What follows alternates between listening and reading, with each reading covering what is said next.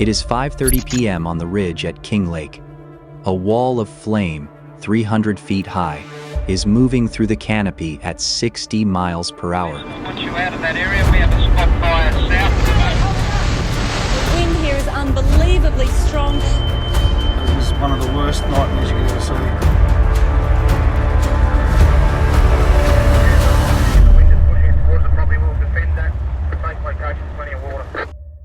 For those still caught in its path, the window for survival has just slammed shut. To the residents crouched in bathrooms or huddled in cars on the winding roads out of town, the atmosphere is no longer composed of air, but of a thick, superheated slurry of charcoal, vaporized eucalyptus oil, and incandescent grit. The sky is not simply dark. It is a bruised, terrifying black-violet, illuminated from below by a horizon that is pulsing with a rhythmic mechanical roar. This is not the crackle of a campfire. It is the sound of 1,000 jet engines screaming in unison as the forest itself detonates. Good evening. Victoria's worst fears have been realised today. Up to 26 fires are still raging across Victoria. February 7th, 2009 went down in history as Black Saturday, the deadliest day in the history of the continent. But it was a tragedy, a decade in the making. By early 2009, the state of Victoria was a landscape under siege. A brutal 12-year period known as the Millennium Drought had stripped the soil of every drop of moisture. The great forests of mountain ash and messmate stringy bark that ringed Melbourne were no longer lush ecosystems. They were standing kilns. In the weeks leading up to February, a record-breaking heat wave had further cured this timber. For 3 consecutive days, temperatures across the state stayed above 43 degrees Celsius. By the morning of February 7, the humidity had collapsed to a near impossible 6%. The air was so dry that the very moisture was being sucked out of human skin. The weather map that morning was a blueprint for disaster. A massive high-pressure system in the Tasman Sea was battling a deepening low-pressure trough over the Great Australian Bight. Sandwiched between them, Victoria was being blasted by violent, furnace-like northwesterly winds gusting over 100 kilometers per hour. These winds were dragging air straight from the scorched heart of the Simpson Desert and funneling it over the Great Dividing Range. Meteorologists and fire authorities were blunt. The Forest Fire Danger Index, a scale that usually capped at 100, was projected to hit 150. Victoria was a powder keg, and the wind was already kicking the door down. Gale force winds are expected to accompany the extreme heat. A horror weekend ahead, with the mercury predicted to top the 40s again on Saturday. Fire authorities are warning the public to prepare for the worst. We're in probably uncharted territory in terms of fire danger. At 11:47 a.m., the first major fuse was lit. In the scrub at Kilmore East, roughly 60 kilometers north of Melbourne, an aging power pole at Saunders Road failed under the pressure of the gale. A single high-voltage wire snapped and fell into the parched grass. Within seconds, a fire was born. Driven by 100 kilometers per hour northwesterly winds, the Kilmore East fire did not just spread, it exploded. It covered 5 kilometers in the first half hour. By 1 p.m., it had already vaulted the Hume Highway and was charging toward the towns of Wandong and Clonbanan. The science of why this fire was so unstoppable lies in the unique properties of the Australian bush. Eucalypt trees are biologically designed to burn. Their leaves are filled with volatile oils that vaporize in high heat, creating a combustible gas that floats above the canopy. On Black Saturday, these trees did not just burn, they exploded in crown fires, where the flames leaped from treetop to treetop independent of the ground fire below. Even more lethal was a process called spotting. The violent winds tore burning strips of bark from the stringy bark trees and lofted them high into the convection column. These firebrands were carried 20, sometimes 30 kilometers ahead of the main fire front, landing in dry gardens and on wooden roofs, igniting thousands of new fires simultaneously. The residents of the towns ahead were not facing a single wall of flame. They were being surrounded by a chaotic, multi-pronged invasion. Bushfires crossed Labatouche North Road, just south of Jackson's Road. 1:30 p.m., the Kilmore East Fire is now a massive, self-sustaining weather system. A pyrocumulonimbus cloud, a thunderstorm created by the heat of the fire, rises 15 kilometers into the stratosphere. Inside this cloud, the turbulence is so violent that it generates its own lightning, which strikes the dry forest and starts even more fires. The fire is now complex, and it is moving toward the King Lake Plateau. In the town of Wandong, the destruction is swift. Houses are obliterated as if by an explosion. For the first responders, the scale is already overwhelming. 2:55 p.m. While the Kilmore East Fire is ravaging the foothills, another major ignition occurs 50 kilometers to the east. A fire starts at a sawmill near Murindindi.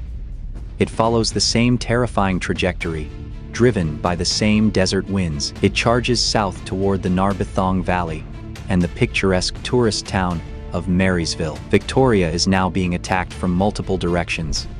To the west, major fires are burning in Horsham and Bendigo. To the south, the Churchill Fire is beginning its run through the Latrobe Valley. The state's resources are not just stretched. They are fractured as communication systems collapse, and desperate residents like Jeff Grady try to raise the alarm themselves. He said, you've got about 10 minutes to get out, 15 minutes to get out. So that was when we first realised that there was trouble heading our way. That selfless decision costs Jeff Grady his life. Very brave person. It was. By 4 in the afternoon, the Kilmore East Fire hits the ridge at Strathwen and St. Andrews. This is the area where the human stakes become most desperate. Strathwen, a small, tight-knit valley community, has no chance. The fire drops off the ridge with such speed that residents have minutes, sometimes only seconds, to react. Many are caught in their homes. Others are overtaken on the roads as they try to reach the safety of the local school or the open paddocks. The heat is so intense, it is igniting the fuel tanks of moving vehicles. In St. Andrews, the fire is so hot that it is melting glass and leaving nothing but white ash, where solid brick homes once stood. At 5 in the afternoon, the fire reaches King Lake and King Lake West. These towns, perched high on the range, are surrounded by National Park Forest. The residents here are no strangers to fire, but they have never seen anything like this. The power fails. The mobile phone towers melt. The town is plunged into a premature, terrifying darkness, broken only by the strobe-like flashes of the fire approaching. Families huddle in rooms, listening to the sound of their own homes being dismantled by the wind. Those who try to flee find the roads blocked by fallen trees and abandoned, burning cars. My dad was involved in a 4-car collision there, and I could get him out. He's still dead in the car there. We also had people that wanted to stay and fight. Do you know people who made that decision and didn't get out? A couple. 5:30 p.m. The most lethal moment of the day arrives. A cold front, moving in from the southwest, reaches the fire zones. Under normal circumstances, a cold front brings relief.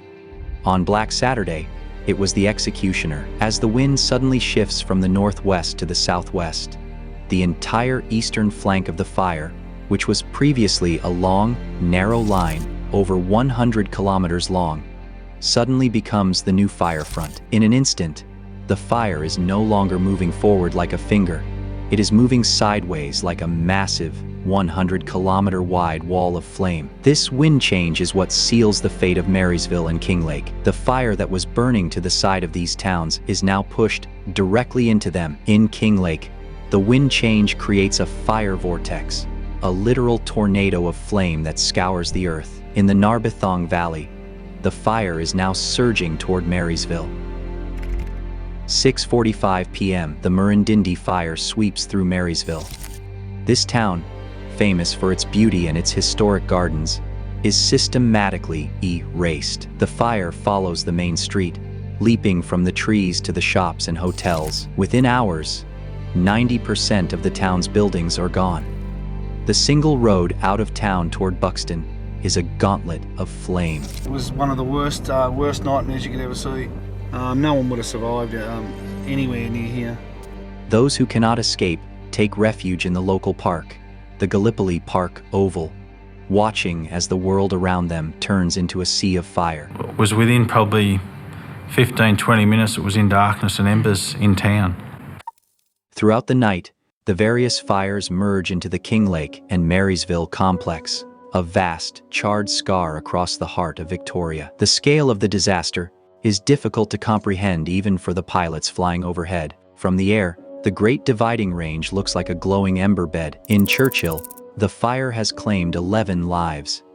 In Beechworth, another fire is threatening the historic town. In Bendigo, a suburban fire has destroyed dozens of homes and claimed a life. But the center of the nightmare remains the King Lake and Marysville region. As the sun rises on Sunday, February 8th, the smoke begins to clear, revealing a landscape that has been fundamentally altered. The lush, green forests are gone. In their place is a forest of ghost trees, blackened, leafless trunks standing in a bed of deep gray ash. The silence is the most haunting part.